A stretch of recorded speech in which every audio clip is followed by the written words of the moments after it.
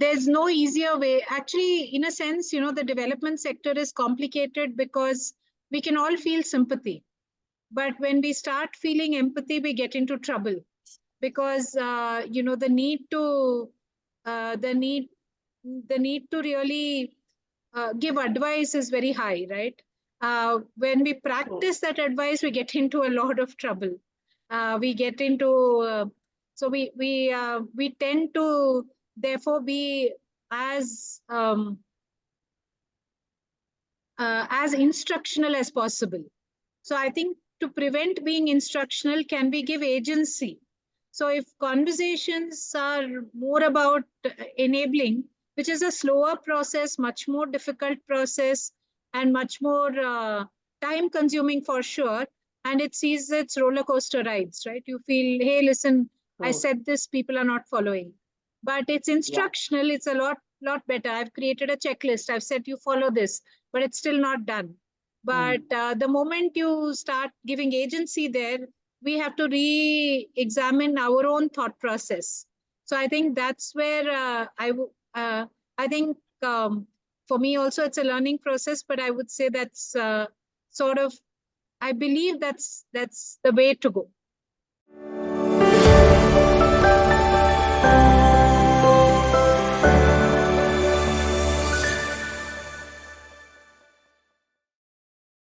Hi everyone.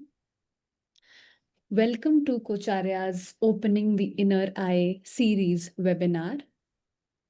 We have our series facilitator, Gayathri, here with us today, and she will be shortly introducing the guests as well.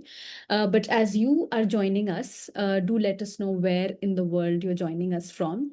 And make sure to select everyone when you are putting your messages, your questions, and your comments in the chat box.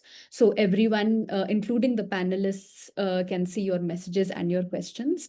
And during the course of this webinar, please do feel free to share your thoughts and your questions with us, whatever is coming up for you. And I do want to announce that we have a bunch of special programs coming up. Whether you are somebody who is looking to start their coaching journey, or if you're somebody who is looking to scale up, do your advanced certifications, including PCC, ACTC, or MCC, we have a mega September month coming up. Now, this means that there will be exciting programs with exciting combinations as well of trainers and facilitators. And you will find all the details on our website as usual. We will keep updating our website with all those programs and announcements. So please feel free to check our website. You can also find us and connect with us on LinkedIn, where we post everything about our programs as well as our webinars, including this one. So with that, I will pass it on to Gayathri, who will introduce the guests and the topic. Gayathri, over to you. Yeah, so I have a namesake, but a very illustrious namesake, Gayathri Vasudevan, with us.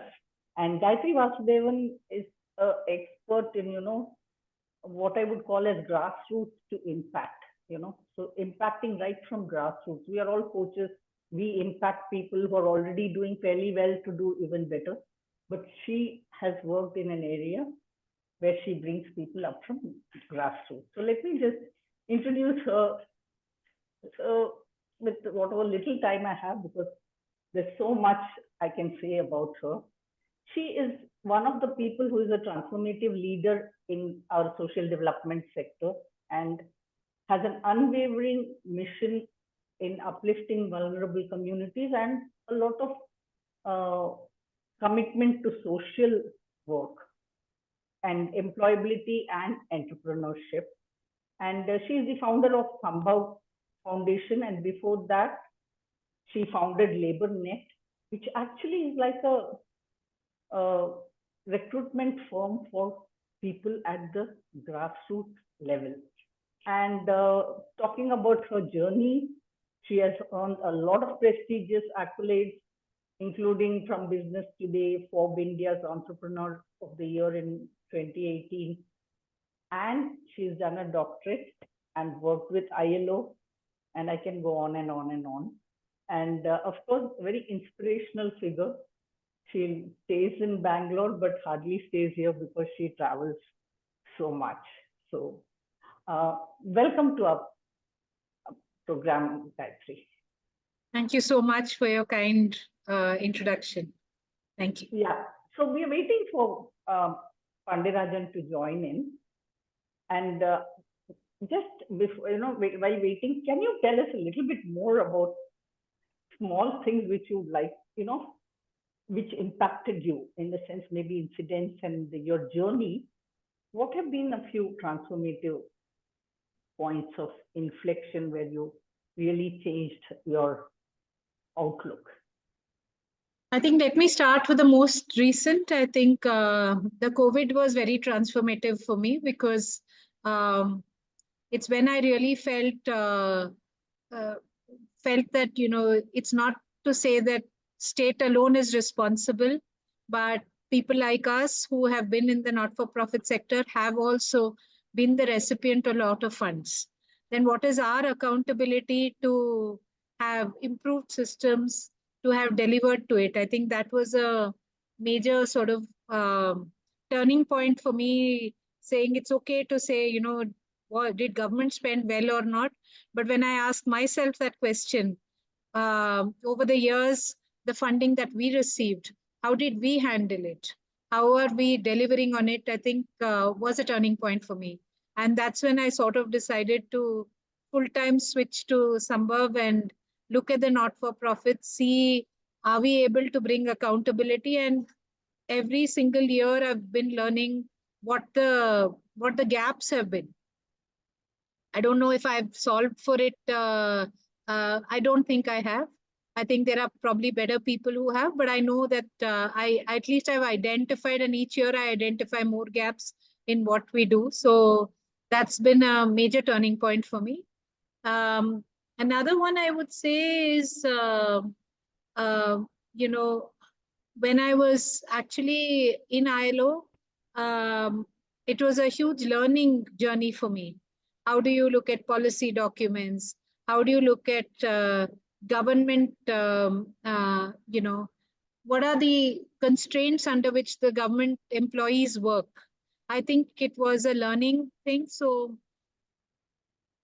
when I say turning point, I would say this a little bit modestly, but I felt that India were very good with writing, but execution is a problem. So I sort of jumped in and said, I should be able to do that. But I learned that execution is a lot tougher than I envisaged. It was easy to advise, but difficult to execute. So I think 2010, 11 was that journey for me when I had quit ILO. I had started execution, suddenly found myself saying, you know what, you really don't know what you're doing. So I think that was a major point for me. Younger period, I think the NSS was a major turning point for me. The National Social Service in College really turned what I wanted to do with the. I decided I want to be in the development sector. I don't think I knew there was a development sector, but I knew that I wanted to work work more with communities. And then I sort of meandered through being a researcher. So went through the PhD journey, wanting to live in a village, then wanting to saying I cannot do. So it was that journey for me. So I think that's so I think Gayatri, that's what I would say was my three major turning points. Okay. We still, I think Pandi Rajan is having a little difficulty in logging in. So what I'm going to do is I'm going to start with some questions for you, and I may interrupt it and introduce Pandi Rajan, who is, of course, a very big and influential figure for both me and Dr. Vasudevan. So let me just jump to the first question for you, and that is,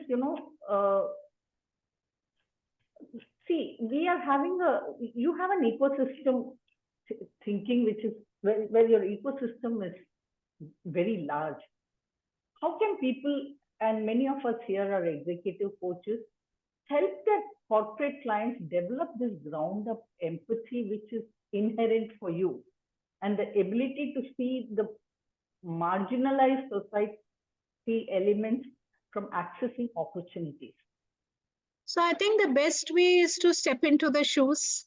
So, there's a thin line between sympathy and empathy. So I would say, there's no easier way. Actually, in a sense, the development sector is complicated because we can all feel sympathy. But when we start feeling empathy, we get into trouble because, the need to really give advice is very high, right? When we practice that advice, we get into a lot of trouble. We get into so we tend to therefore be as instructional as possible. So I think to prevent being instructional, can we give agency? So if conversations are more about enabling, which is a slower process, much more difficult process, and much more time consuming for sure, and it sees its roller coaster rides, right? You feel, hey, listen, I said this, people are not following. But it's instructional, it's a lot better. I've created a checklist, I've said you follow this, but it's still not done. But the moment you start giving agency there, we have to re-examine our own thought process. So I think that's where I think for me also it's a learning process, but I would say that's I believe that's the way to go. Thanks. So welcome, Mr. Pandi Rajan. Hi, my apologies. I'll call him KP. It's okay. So we asked. I just got promoted to be a panelist. I was actually listening in. It was just that I was given the participant registration. So good to be elevated to panelist just now. So sorry. You already listened to all Yeah, I've been listening in. It's just that I couldn't come in. Let me introduce you to the audience. K. Pandi Rajan, a visionary leader and a personal friend of mine. I'm very happy to count him as one of my friends. And he's transformed the HR landscape in India. He was one of the very first through MAPA management consultant to do this temporary hiring, contracting, etc., which was very new in the 90s for India. And now as the chief executive of PIEL HR, he is building one of the fastest growing tech-enabled HR service providers. He's an alumnus of XLRI and PhD Tech, and has been the education minister in the Tamil Nadu government. He was pretty close to Selvi Jayalalitha, in the last few years of her life. But beyond the corporate achievements, his influence extends into the grassroots sectors. Long before MAFA became big, he had already invested personally, and most of it was personal. It was not like he was getting CSR money and investing in grassroots education. He, along with his wife, Lata Rajan, who has also been a panelist, is working a lot. And, he's one of my mentors, but he was an Eisenhower Fellow, and I don't know if you can even guess who his mentor was. His mentor was our Nobel Prize winner, Amartya Sen. So he's worked under the mentorship of such eminent people, and he is serving as a mentor to many, many people. Welcome to the. Thank you. Thank you. Thank you. What I would like you to do is, and ask Gayathri also the same question, one or two inflection points, for example, when you decided that you'll be an entrepreneur or you'll get into politics. Can you tell us about one or two inflection points in your journey which we should know? Thanks, Gayathri, and pleasure meeting a whole lot of people. I can see people who have actually been mentors to me sitting in this room. People like Naren, I see from Chennai who has joined in, Narendran, Wendy, and a whole lot of people. Though the number is small, I really feel overawed by the quality of the people who are attending this. So, inflection point, yes. The inflection first happened in my mind, and then it happened over a period out there. Whether it's the first inflection point, I would say, is to kind of become an entrepreneur. 9 years after I started working for two companies, POC and Idea. These were the two companies I worked for. I think a lot of the entrepreneurship had to do with my childhood, where I'm from a village near Shivakasi. In Shivakasi, even if you earn 1 lakh per month working for somebody, you are respected less than a guy who works for himself and earns 500 rupees per day. So that's a very key value system in my place. Entrepreneurship is in the air. It's in the society very deeply in this place, Shivakasi. So you have a flurry of small time, tiny entrepreneurs, as they call, which that's a belt I'm from. So there is a certain natural inclination to do my own thing. And V. Krishnamurthy, who I had the pleasure of working under in the second job in Idea. V. Krishnamurthy is the same person who created, turnaround of sale, Maruti, BHEL. Phenomenal entrepreneur he was. And he used to have long lunches with 6 of us who were all his EAs, so to speak. I was 6 year experience, but I actually joined as a kind of an executive assistant to him, handling a few clutch of companies. He had built a set of 15 companies which he acquired and tried to turn around and integrate. And I was handling HR as one of the 6 people whom he picked up at that point in time. So those 3 years was a phenomenal exercise in testing entrepreneurship. So I used to run a company in Singapore, which he could not move funds because he got arrested at that point in time. So it's partly circumstances which led to triggering the entrepreneurship at a point in time. So in the year 1992, when I became an entrepreneur, along with my wife, who again was a chartered accountant. So that was an important inflection point. But we went with very strong drive that will create $1 billion company. Whatever we do, we did all kinds of things. And along the way, we kind of aligned ourselves as a integrated HR service provider. That was the identity which evolved over a period of maybe 3-4 years as we started.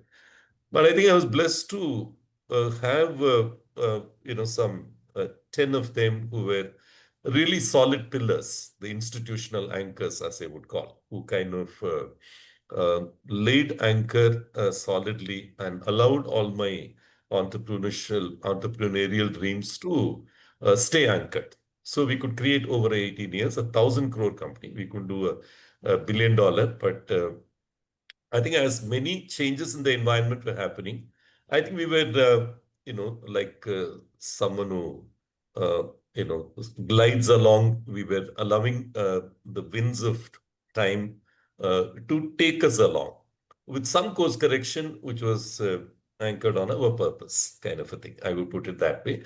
So along the way, we, did venture capital, had taken VC, we had kind of brought in strategic investor.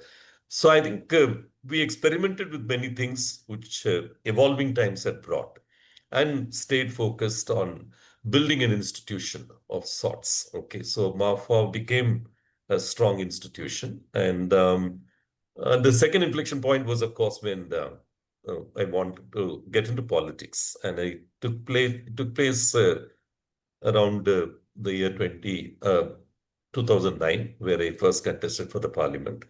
And that was, of course, a huge influence I had from childhood, to be in public life and all that. That was always a dream whose seeds were planted very early.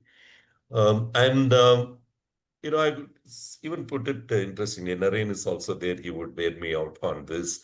I remember a career design questionnaire, which my boss at that time, my chairman, Ashok Malhotra, had designed. And we used to have once in a year institutional meet where all the key people get to meet and things like that. 2-day institutional meet. In one of those meets, they administered this career design questionnaire, which we had a patented instrument at that time. MAFA held the patent for it. So at that time, what is it that we really want to do, kind of a thing, which in the career design questionnaire came up. And I actually said in that I want to be a parliamentarian. actually, and we said that how of it, etc., were happening over a period of time. And I think I see public life as nothing more than macro HR. I really think many things which a HR person has are highly transferable to public life. At least in the Indian context, I see that eminently true. And some things which are not transferable. Okay, so as in any universe, it would be. But I think I had the pleasure of very quickly coming under the mentorship of Amma Jayalalitha, and that happened fairly early in the career, 2011, when I became an opposition MLA. As a chief minister, she could, really have a deep connect with me.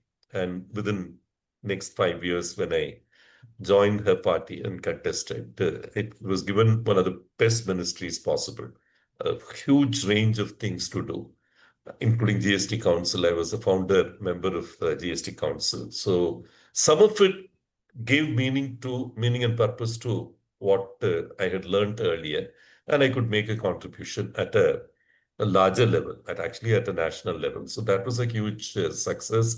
After Amma's passing away, I started getting to lose interest in politics, and 4 years later, I decided to come back to business. So uh, restarting, rejoining at that time, CLHR had a certain size and scale. So I could come in as an executive chairman, this time not as a sole proprietor kind of a thing. Here already there were three of them who were co-promoters who were established. To find a niche or space for myself was a challenge this time. Over the last 4 years, that's what one has achieved to steer the company to a publicly limited kind of a space, bring in money from outside, steer it in a different strategic direction. I've been enjoying every moment of these inflection points, I would say. So there are three inflection points. One is when one decided to be on one's own. Two is when one decided to go to public life. And three is when I decided to come back to running on own business. I think the connecting thread was HR. Somewhere this identity of being a HR person was very central to me in my looking at life itself. So to me, that's what I would say. Yeah, thank you. Yeah. Yeah. Before, of course, I have many questions, but there's a question from Jagdish Murthy, and he wants to know what was that gap in the HR scenario that you aspired to fulfill or fulfilled? I'll then come to the regular questions also. But Yeah, is it to me or is it to Gayathri? I think it's to you because he's Okay, asking about sorry, the gap okay. in HR. Yeah. Yeah, I don't know whether I filled up any gap or whatever. Yeah, I've tried to be as a good HR person. I've always attempted to be, and whatever the understanding of a HR person is, has been evolving over a period of time. I remember I always quote this when we passed out of XLRI. There were 51 of us from the PM and IR stream, and there were around 40 of them from the business management stream at that time. At that time, it was seen to be not a thing to do for a HR person to even think of being an entrepreneur. But when we did our 25th reunion, we figured out that almost 60% of the people who passed out of the HR stream had become entrepreneurs, while hardly 10% of the people from the BM stream had become entrepreneurs by that time. So I think there are lots of things have happened around us. I always felt that HR gives a very strong um, propensity to be an entrepreneur. I've always believed that. I don't know what gap I fulfilled or whatever. At least now people don't think when I go to XLRI that you can be on your own if you're only BM, and if you're in IR, PM and IR, you can't be an entrepreneur. That is something which I think I was one of the pioneers to establish this. I would imagine if you call it a gap, I would have probably filled that gap, if you can call that. Yeah, he's rephrasing it as, could you please discuss the opportunity you spotted? I don't know. See, frankly, at that time, to have a professional recruitment organization was seen to be a oxymoron at that point in time. So I think very firmly saying this is how we will offer a service, documented, write standard operating procedure for it, and try and adhere to it was a bit new, I would imagine.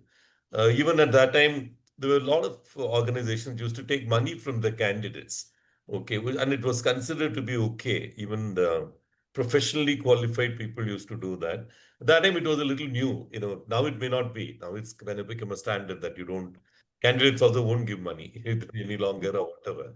I think that stage that was new in my view, and also to look at recruitment as an expertise marketing, bringing in some of the concepts in marketing into recruitment process was probably a little new at that time. But most important is to think that you can create a billion-dollar organization using HR as a beginning point was probably a little new. And now, of course, many people have got listed, 14 listed companies in the space, and 22,000 crore company, which is Quest Corp, which in my view, it must be at least 3 billion, close to $3 billion that they've become.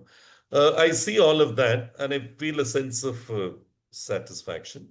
And also to believe that so much of tech can happen into HR processes was unthinkable at that time. Now I can see a lot more of tech happening, so much so that valuations for HR tech companies seem to be going up significantly. I don't think anybody would have imagined that. But I still think one of the gaps that need to be filled, if I look at the stock exchange, there are 100 companies which are from the financial services, which are listed. There are only 14 from HR, which is listed.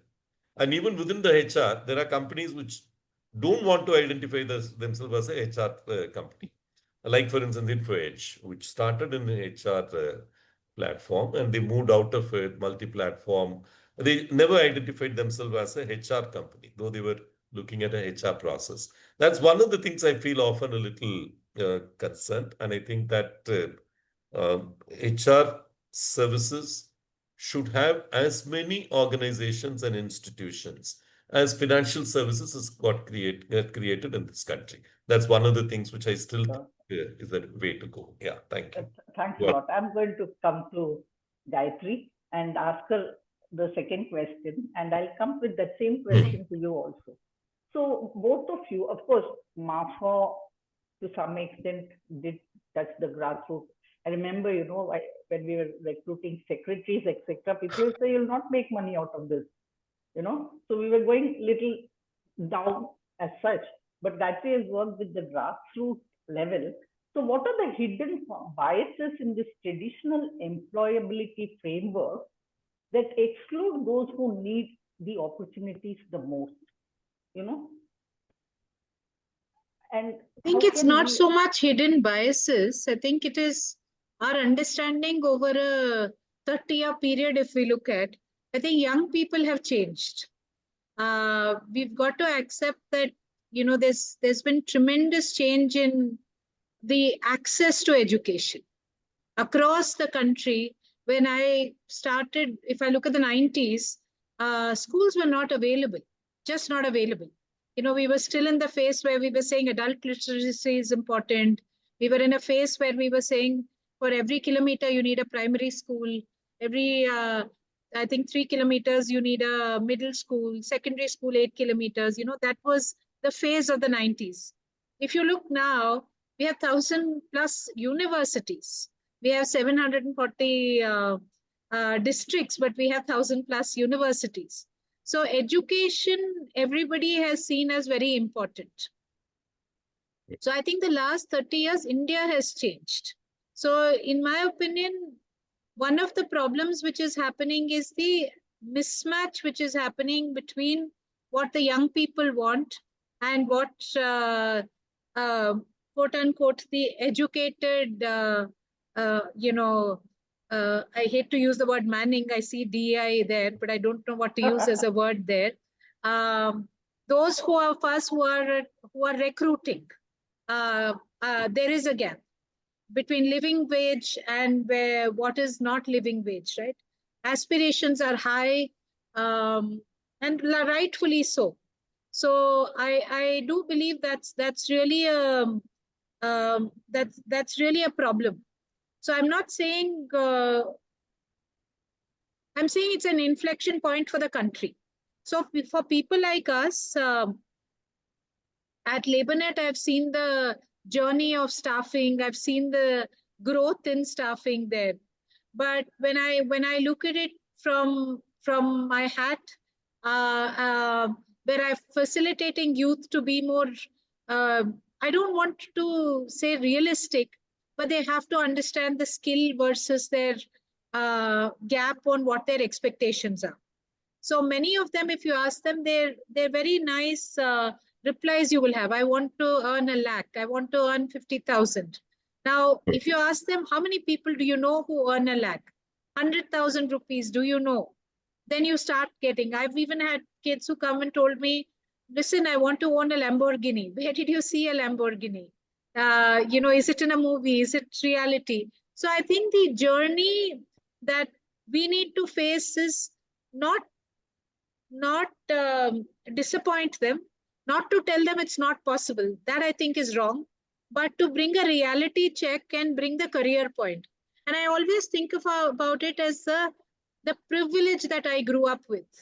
As a third generation learner, it wasn't my parents, it was my grandparents or great grandparents who were educated. We forget the generational wealth of education, and therefore the curve that learning to earning has. Whereas most of these people are first generation learners.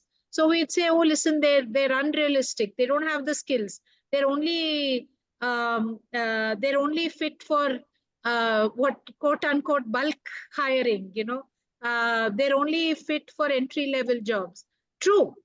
I'm not saying that their skill sets are there, but have we really the journey where we actually tell them it's okay, there is a period when you're going to earn, you're not going to earn what you want, but what is that career journey, I think is not well mapped out.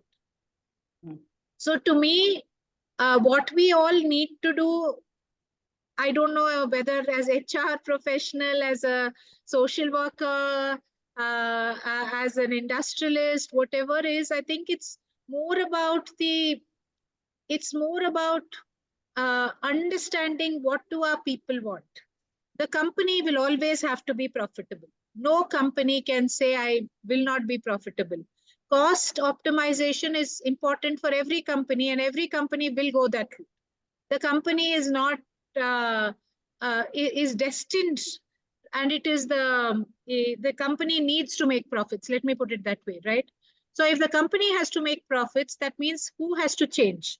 If there are only two parties, it is the young worker, the candidate to the worker to is there a career path there, or is there no career path?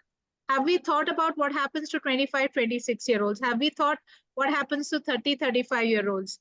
So these are the changes that one has to start talking about, and I often feel constrained by the frameworks we have created around it. The state has a framework, and I think Pandi Rajan, I'm going to refer to you as Pandi Rajan sir, because that's what I always called you.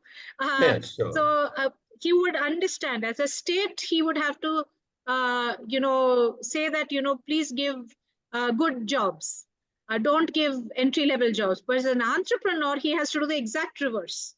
As a social worker, as an educationist, we would actually be pushing for higher wages. So when we do this is obviously, it seems to be, our 4x4 metrics, which is just not meeting. So we're on different planes. We have to make it meet. And I do feel it's not impossible, but it is about, I don't think it's about respectability of blue collar also. That, of course, is an issue. But I think the blue collar journey is not well known. So the blue collar journey I love the point of saying everybody in his ecosystem was entrepreneurial, was better respected. In many places, it's government jobs which are better respected. So these are places where we have to navigate the space with caution, and treat it not as there's no one solution fits it all. Oftentimes what happens is we want to solve faster than we want to understand. And it's important. Action is important. action needs to be tempered against the reality of our situation. And I think that's where it becomes relevant. Korea is a great example. South Korea is a great example of how they navigated the space. You could say they were a smaller country, true, but they navigated the space very well, right? So who's navigated the space? Is that the right model for us? We may have our own model. We don't have to necessarily say the German model or the Swiss model or the South Korean model is the best for us. But we should study it. We should see what's the best practice and then devise what's best for us. But when we devise it, we have to look at the market. And the last few years, if you ask me, has been very interesting, right? The whole logistics has bloomed, whether we like it or not. That's been the change. The service sector has been the change for us. So when we say service sector has changed, now do we have to say, is there a career path there? Is flexibilization the only way of work? Is gig force the only way of work? Maybe. There's nothing wrong. We've got to rethink our values, bring it back into education. And now more and more I think about it, and I'll stop in a minute. I think I've sort of overshot my time, but Gayatri, I'll just stop in a minute. But the more and more I think about it is, where do the young people have role models? I had role models. I knew who I was looking up to, right? Yeah, people who are first generation learners, people who are from families who have put their children into schools, whether government schools or affordable private schools, have put with lot of hope.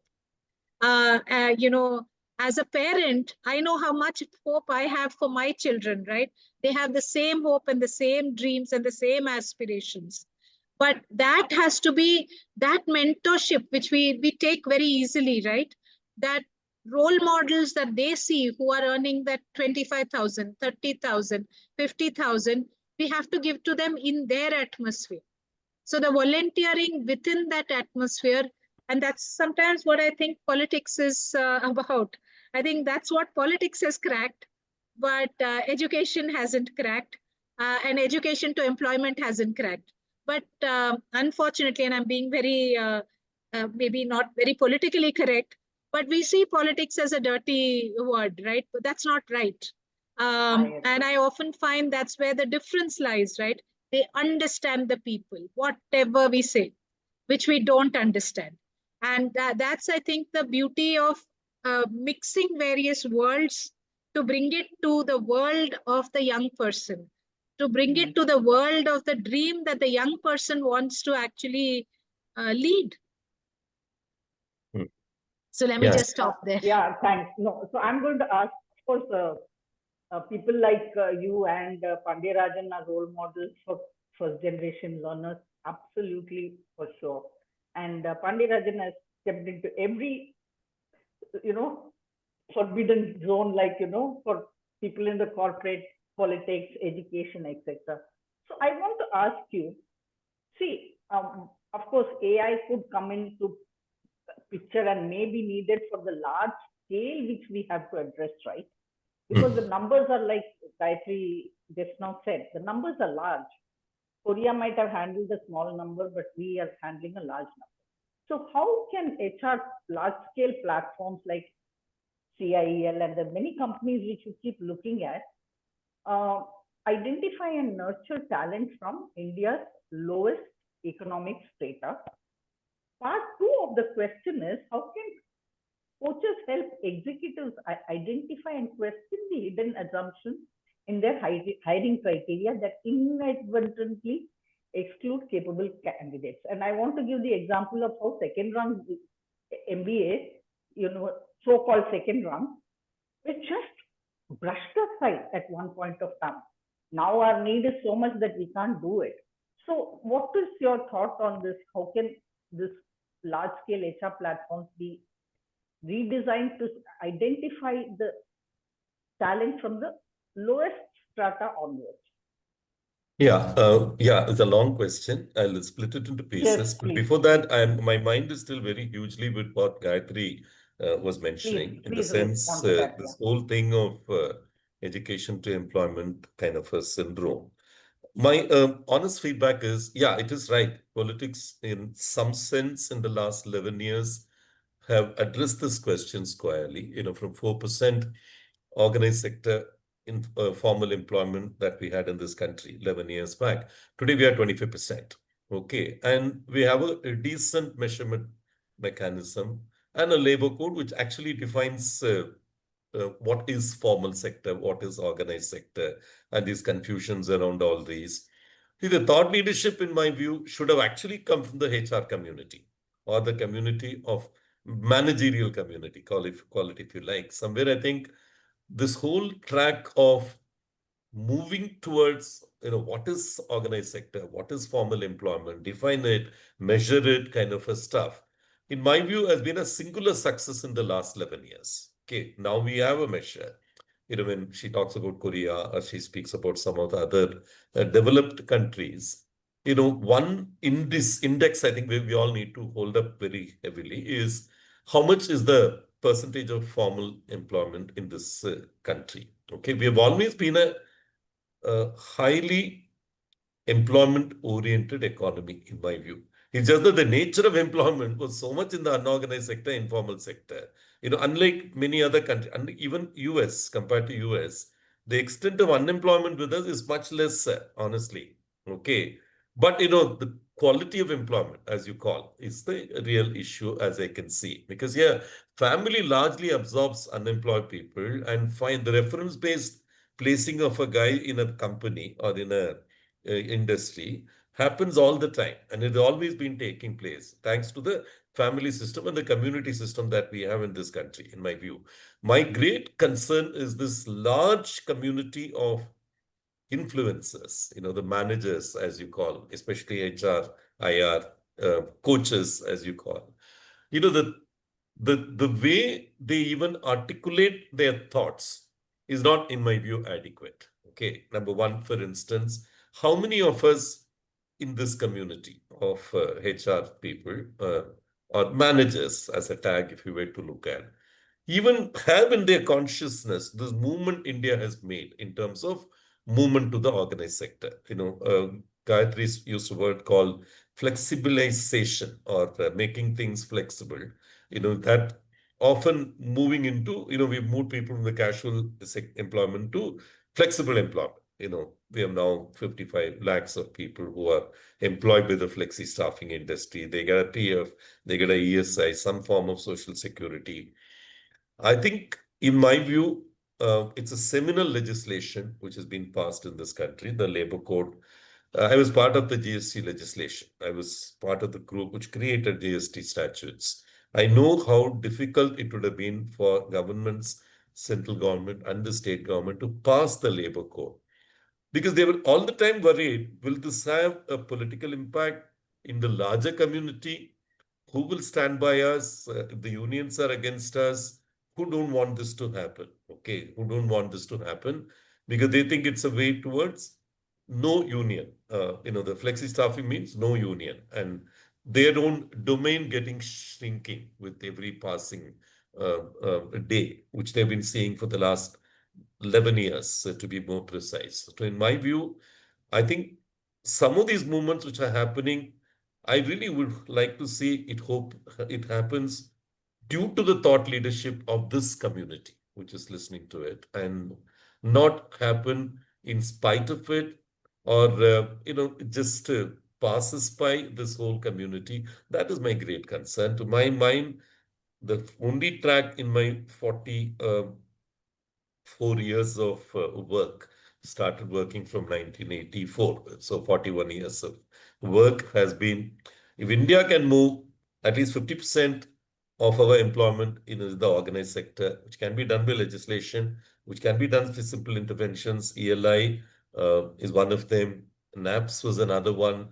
Now what she talked about, the employment diamond, how do we co-hold these dignity of employment, productivity of employment, and of course, the dignity, productivity, flexibility, kind of the whole co-holding the employment diamond, as Montek articulated, Montek Singh Ahluwalia, in the first Labor Commission report he articulated way back, actually. Since then, finding structures which can co-hold these four things, okay, have been a challenge in the Indian economy, Indian polity.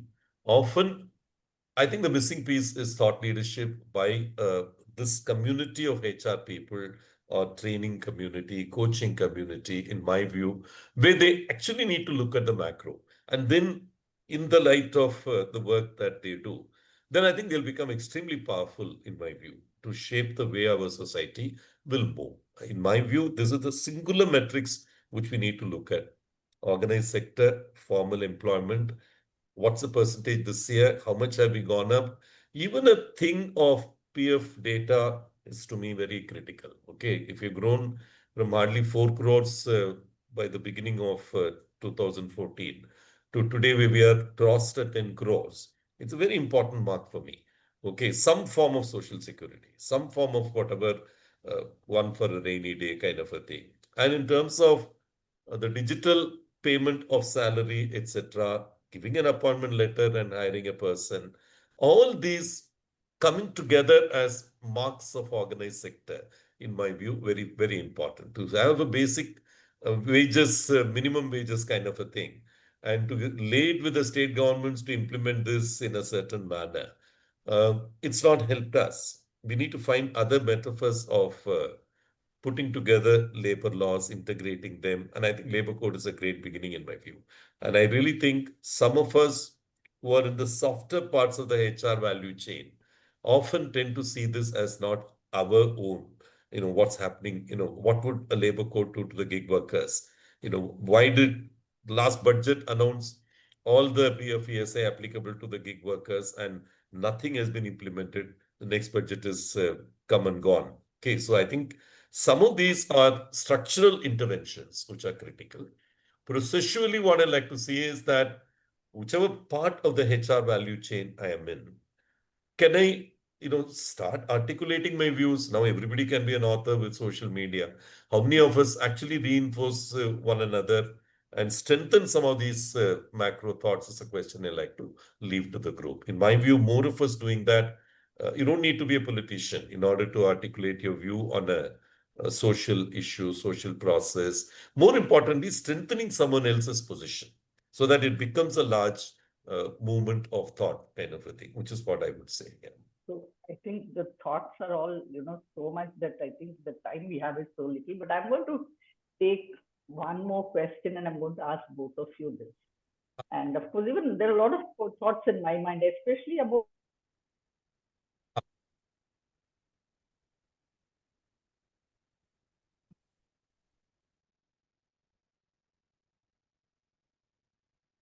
Can you hear me? Yeah.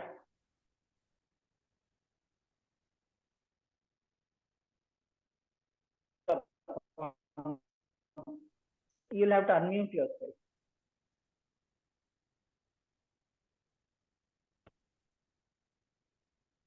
To ask a question, Gayatri, I missed you. I think I think she's having some I network just asked problem. whether, with 50% of people being No, I was asking about the agriculture worker, which is 50% of our workforce. Is that also touched by this? I know it's a big question, but that's what came up in my mind, because it's important, right? Like even PF, for example, the number of people who even have PF is so little. So of course, the more the number, when we are doing better. So it's just a thought, not a thing we can discuss so soon. But there's one. No, I didn't hear the full question, but if I understood I was just asking, yeah, agriculture also can be touched because 50% of people work in agriculture, and does this apply there? Very shortly, your thoughts. No, sure. I mean, in terms of, I think there's so much of formalizing of the agricultural practices which are happening in different places. If we see the number of agri-tech organizations which have been funded in the last 1 year, it's been phenomenal. I've invested in a few of them, and I can see some of the people attempting to formalize some of the at least value-added agricultural processes. The poultry, for instance, is getting formalized. And I think in terms of agri input sector is getting largely organized. I really think, I don't have the specific numbers, but I'm not sure in terms of what you say, agricultural labor is almost 50% of the workforce. We may like to revisit that. It may have been at some point been a huge migration which is Okay. happening currently. There's a lot of productivity increases which are being attempted in this sector.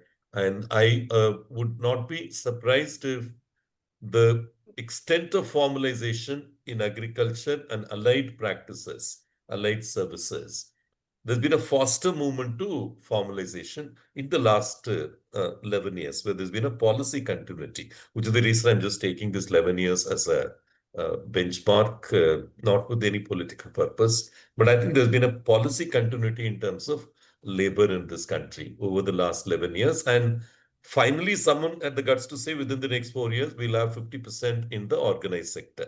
Some proactive stance is getting taken. And some announcements are happening, some good, not so good. But I think there is a movement I can see very clearly in a direction where we'll no longer say Sri Lanka has 52% organized sector, India still has 25%. I think those corrections will happen and we are going in the right direction. It's just that hello.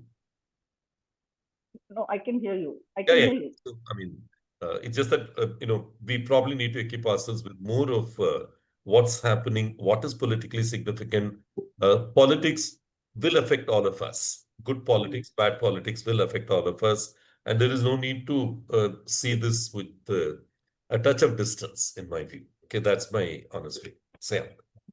I'm going to ask one last question to Gayatri, and then of course, I'm sure you both are reading the questions. There are a lot of questions from Dr. Jagdish Murthy on various aspects, but some of the answers will take a long time. So Yamini will be taking the questions which are not answered and trying to maybe interact with you later. The question I wanted to ask is, both of you can respond to it. I want to first pose it to Gayatri. What kind of coaching frameworks can lead us as coaches to help leaders navigate the discomfort of acknowledging their role in perpetuating systemic inequalities? So, for example, I'm from XLRI. I will promote my XLRI people more. And I'm not doing it out of any spite, but in doing so, I'm creating equalities. So, how do we channelize that awareness into constructive action to remove this systemic inequalities? Is it a question to me or Gayatri? Both of you. Okay. See, my honest problem, the thing is, like, I don't think it's, deeply ingrained in the system that systemically people are in some subconscious manner trying to promote this inequalities or whatever. In my view, I think, in my career of so many years, I don't think I would have particularly preferred someone who has a greater identity about myself. But I like what Naren had put out in the group. One of the important aspects we promoted in MOFA was what is fashionably called as DEI now, the diversity, equity, inclusion, or whatever. In fact, we enshrined it in our vision statement or mission statement or whatever as a core value, and we lived the value. In all honesty, I would say that. And I would imagine there are many other companies which very consciously hold up diversity as an important aspect and very conscious, at least in Indian context. And, in US, it may be necessary. But US, I personally think, is behind India at least by 2 decades in terms of HR practices. Okay. And many of the Western countries, I would say that clearly. We are a lot more evolved as a nation in terms of handling diversity, including, not being getting into the systemic inequity or whatever. But if your question is, as a coach, are they subconsciously or unconsciously promoting the systemic inequality? I would say it will be a very bad coach who kind of is not aware of how they are contributing. I'm not talking about the coach being aware. I'm talking about the coach making the coachee aware of their mindset. Okay. I'm giving us all a benefit of doubt that we don't do it. But how how do you identify and No, then channelize it when it I happens? should leave it to Dr. Yeah. Gayatri to answer this. I'm sure he has a lot more coaching experience than I. Yeah, go on. Yeah. Yeah, Gayatri, over to you. Don't have a very good answer, but I think it's a bit like a therapist, right? And it is that agency that I said. The more the coaches, if you're able to ask the people to think, I believe most people have the ability to think, but they're stuck in a circumstance which they're not able to get out of. To navigate the space is often a conversation with oneself. So the more there are tools which help you actually have that conversation, I think that's a good coach to me. Who's going to say, you know what, Gayatri, your HR policy. If you come and say, listen, I'll write out your HR policy, or you consult X or Y, Z, then I think it doesn't work so much. But what are the things where you're able to see? Most people who are either entrepreneurs or are leading any function, let's say, are by nature they want to solve problems. So when they solve problems, obviously something has prevented it to get solved, right? That's when you really go to a coach. So when you get to a coach, I think what you're looking for is quick answers. So you're not going to get that quick answer, but you want that quick answer. So as a coach, if I was to, and I've never been there, but if I was a coach, I would want to win the trust of my so-called entrepreneur or the leader. In that case, I think we have to give them the quick wins. So how do you give the quick wins is only when the person has agency, right? The coach is able to say this is the way to untangle it without being instructional, without being without being patronizing. I think that's a difficult sort of place to navigate, but critical. And here I put myself in the shoes, right? Why? How easy? When do I appreciate somebody and when I don't? It's not like I know most things, right? But I would like to think I know most things, and that comes at the I don't know the word to use, ego, I guess, right? The ego is the first one, which is telling you, listen, I know it. What are you going to tell me better? But I know I have to come to you. That means I've already accepted that I need a coach. So that navigation of that line of control is what I think a good coach is required to do. Give them backup. In my head, I was actually, as you were asking the question, I was thinking of fencing. It's a beautiful, you can see the visualization of fencing. It's you have to have two swords, you're moving up and down, and you're giving agency on both sides. I think that's the visualization which stays in my mind. Yeah, so thanks a lot. A lot of learning. One, of course, that, we need to be brave enough to step into systems, even like politics, because that's what makes us learn about our full ecosystem. Second is about this navigating this line of control and keeping our ego in check, which is very important. And we're just saying, like, if you solve others' problem, they will not learn to solve their problems. So enabling others to solve their problems while you sit and wait, like you would have sat and waited when your child walks. You have to leave their hand, So thanks a lot for all these insights. I know there are a lot of questions about, some of them were like intellectual questions. How can we do this? How can we do that? We will take all those questions later, but now I would like to really thank both of you because, it's opened up at least my mind, and too short a time. I should have, kept a lot of time, but I know you took your time out from a very, very, very busy schedule. So thanks to both of you. And I'll hand it over to Yamini to just close the session. And we will send you the blog and the recording. and any other questions that were there. Okay. Thanks a lot. Yamini? Yes, thank you, Gayatri. Thank you, Dr. Gayatri and Pandi Rajan sir, for gracing us with your presence today, and also for all those insights that you shared with us. It was amazing listening to both of you. Thank you so much, everybody, for joining us for this webinar today. Do follow us on our LinkedIn and our YouTube channels to never miss an update from Coacharya, and also to stay updated with all our upcoming programs and webinars. Thank you so much, everyone, for joining us, and we'll see you in the next month. Bye, everybody. Thank you so much. Thank you. Thank you. Bye-bye. Thank you for inviting us. Good night.